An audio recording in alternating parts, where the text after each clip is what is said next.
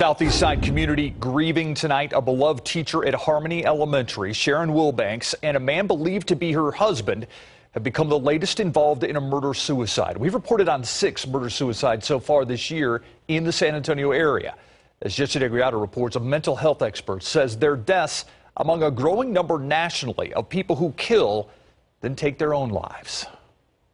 Murder-suicide scenes have become all too familiar in and around San Antonio, and that's the problem. Well, I worry that people sometimes think, well, that's the way it is, and that's a dangerous feeling. People start to accept this as the new normal. Workplace violence, domestic violence, relationships gone terribly wrong. Each murder-suicide is sadly different. Nationally, American Roulette, a study by the Violence Policy Center, looked at news coverage during the first half of 2014.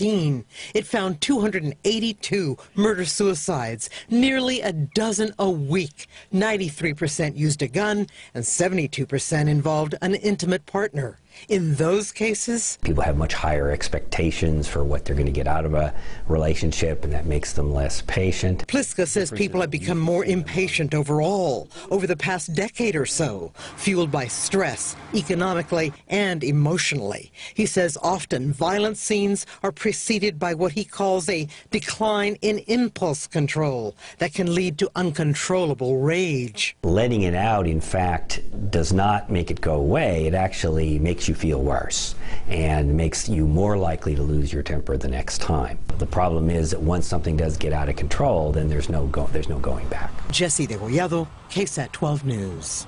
Dr. Pliska says he urges those in similar situations to reach out to family, counselors, mental health professionals, or law enforcement who can help intervene before it's too late.